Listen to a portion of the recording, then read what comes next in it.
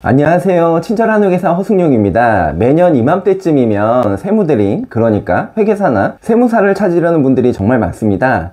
기장을 해야 되는데 세무대리인이 없어 구하려는 분, 다가올 부가치세 신고를 맡기려고 세무대리인을 찾으시는 분, 그리고 이미 세무대리인이 있지만 만족스럽지 못한 부분이 있어서 새로운 대리인을 찾으려고 하는 분, 그 유형도 정말 다양한데요. 유형은 다양하지만 그 가운데 공통점이 하나 있습니다. 바로 좋은 회계사, 세무사를 찾고 싶어 한다는 건데요. 그래서 오늘은 사업자분들께서 좋은 세무대리인을 찾기 위해 고려해야 되는 사항에 대해 영상을 준비해 보았습니다. 특히 제일 마지막 부분에 정말 중요한 선택 기준에 대한 내용이 포함되어 있으니까 꼭 끝까지 시청해 주시기 바라고요. 당장 세무대리인을 찾으시려고 하는 분들이 아니더라도 영상 보시면 나중에 새로운 세무대리인을 찾으실 때 도움이 되실 거니까 영상 내용 끝까지 확인해 주시기 바랍니다.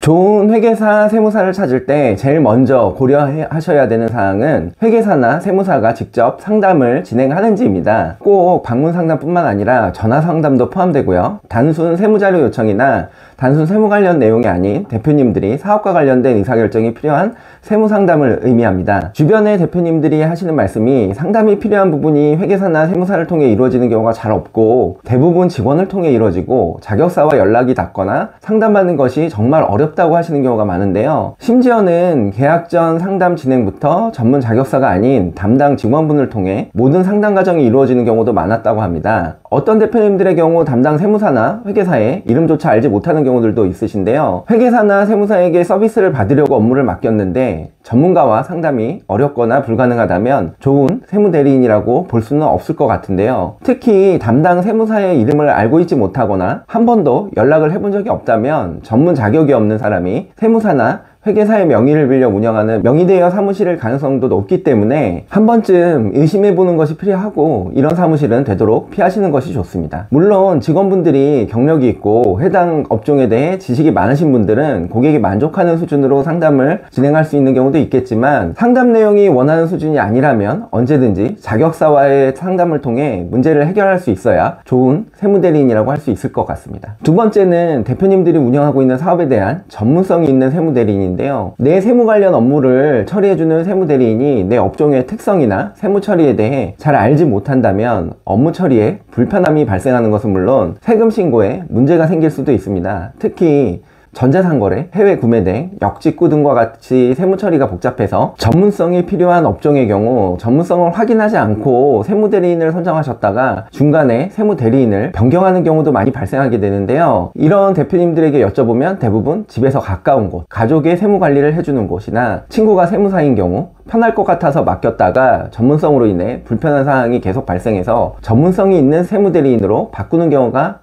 많습니다. 세무대리인이 전문성이 없는 경우에는 대표님들이 질문을 해도 빠르고 정확한 피드백이 어려울 수밖에 없는데요. 기존 세무대리인의 전문성 때문에 상담 요청하신 대표님들 중 대표님들이 유튜브나 블로그를 통해 해당 내용을 직접 알아보시거나 다른 세무사, 회계사분들에게 전화를 걸어 해당 내용을 확인하는 사례도 있었습니다. 대표님이 세무대리인에게 수수료를 지불하는데 대표님이 그 일을 하고 계시는 이상한 상황이 발생하는 건데요. 특히 기억에 남았던 사례로는 개인 사업자에서 법인으로 전환을 하는데 담당 세무대리인이 법인 전환에 대해 전문성이 없다 보니 법인 전환 일정부터 영업권 평가, 폐업에 이르기까지 대표님께서 여기저기 확인을 해서 직접 진행하시는 사례도 있었습니다. 세무대리인이 대표님이 하시는 업종이나 업무에 대해 잘 이해하고 있어야 올바른 세무 처리는 물론 절세가 가능하기 때문에 업무를 맡기시기 전에 세무대리인의 업종 전문성에 대해 꼭 확인해 주시면 좋을 것 같습니다. 세 번째는 적절한 업무 범위에 합리적인 서비스를 제공하는 곳인데요. 즉 수수료가 너무 싼 데만 찾지 마시라는 의미입니다. 상담을 하다 보면 기장료 10,000원, 20,000원 때문에 많은 고민을 하시고 최대한 수수료가 저렴한 곳으로 찾으시려는 대표님들이 있으신데요. 사실 매월 지출이 되는 금액이다 보니 수수료가 부담될 수밖에 없고 최대한 저렴한 곳을 찾으시려고 하는 마음 충분히 이해가 됩니다. 그런데 여러 군데 알아보시고 수수료가 유독 저렴하다고 하는 곳은 특별한 이유가 있는 것이 아니라면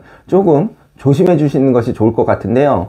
물론 최소의 수수료를 받고 최고의 서비스를 제공하는 곳도 있을 수 있겠지만 특별한 이유가 있지 않는 한 그렇게 되기는 쉽지 않은데요. 이유는 수수료가 저렴한 곳의 경우 사무실의 수익성이 어느 정도 유지되려면 직원 한 명당 담당하는 거래처의 개수가 많이 늘어날 수밖에 없습니다. 아무래도 사람이 하는 일이다 보니 직원 한 명당 담당해야 하는 거래처의 개수가 늘어날수록 거래처에 신경 쓸 수 있는 시간은 줄어들 수밖에 없고, 그러다 보면 고객분들이 원하시는 가성비 좋은 서비스를 받을 수 없는 경우가 일반적일 수밖에 없습니다. 예를 들어 부가가치세나 종합소득세 신고 기한을 며칠 앞두고 신고에 필요한 자료를 제출해달라고 요청하거나, 신고 납부 기한 마지막 날 세금 신고 내용에 대한 설명이 전혀 없이 납부서만 띡 메일이나 문자로 전달하는 경우도 적지 않습니다. 이런 곳의 경우 담당 세무사와 회계사가 연락이 잘 안 되는 경우도 많다는 점 참고해 주시면 좋을 것 같습니다. 어느 사업이나 마찬가지겠지만 수수료라는 것은 어떤 서비스를 제공하느냐에 따라 달라질 수밖에 없는데요. 예를 들어 기장 서비스라고 하더라도 결산 주기를 월 단위로 할지 분기 단위로 할지 아니면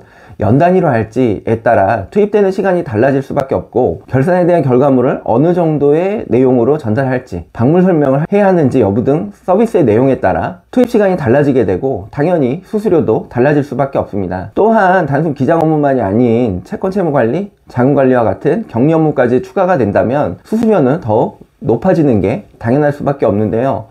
결국 대표님들이 봐주셔야 하는 건 내가 필요한 서비스가 어떤 것이고 그에 맞는 서비스를 합리적인 가격에 잘 받으시는 것이라고 생각합니다. 내가 알아보는 세무사무실이 어떤 서비스를 제공하는지, 그리고 가격은 그 서비스와 비교할 때 적절한 수준인지 꼼꼼히 잘 알아보시고, 너무 저렴하고 서비스가 부실한 곳은 미리 확인해서 선택하지 않도록 해주시면 좋을 것 같습니다. 좋은 세무대리인을 고르는 기준, 마지막 네 번째인데요. 단순히 기장만 하는 곳이 아니라 대표님의 재무설계 부분까지 컨설팅을 해줄 수 있는 세무대리인인지 여부입니다. 특히 법인 운영하시는 대표님들 잘 들으셔야 하는 부분인데요. 법인을 운영하시는 분들의 경우 절세라고 하면 법인세를 적게 내는 것만 생각하실 수 있는데요. 하지만 그게 끝이 아닙니다. 법인의 이익은 법인의 이익일 뿐 대표님의 돈이 아니기 때문인데요. 결국 법인에 쌓인 이익잉여금, 자금을 효율적으로 원하는 시점에 대표님에게 가져올 수 있는 방법을 찾는 것이 정말 중요합니다. 법인을 운영하는 궁극적인 목적은 결국 돈을 잘 벌어서 대표님 개인이 여유롭게 잘 사는 것일 텐데요. 이런 부분을 고려한다면 법인의 절세는 물론 법인의 자금을 개인으로 가져올 때 급여, 퇴직금, 배당 등에 부과되는 소득세까지도 고려해서 효율적으로 자금이 이전될 수 있도록 컨설팅할 수 있는 세무대리인이 꼭 필요할 수밖에 없습니다. 요즘은 금융상품을 활용하거나 세법의 틀 안에서 활용할 수 있는 여러 기법들을 활용해서 효율적인 자금 이전이 될 수 있도록 고민하고 연구하는 세무대리인이 있다는 거 꼭 기억해 주시고요. 이런 세무대리인과 함께 하실 때 결국 법인은 물론 대표님의 개인 재무설계도 같이 잘 완성될 수 있다는 것 기억해 주시면 좋을 것 같습니다. 단순히 기장만 하고 법인 절세 관점에서만 고민하는 세무대리인의 경우 법인은 부자가 되게 할 수 있지만 대표님까지 부자가 되게 만들기는 어려울 수도 있다는 점 참고하셔서 세무대리인을 선정해 주시면 좋을 것 같습니다.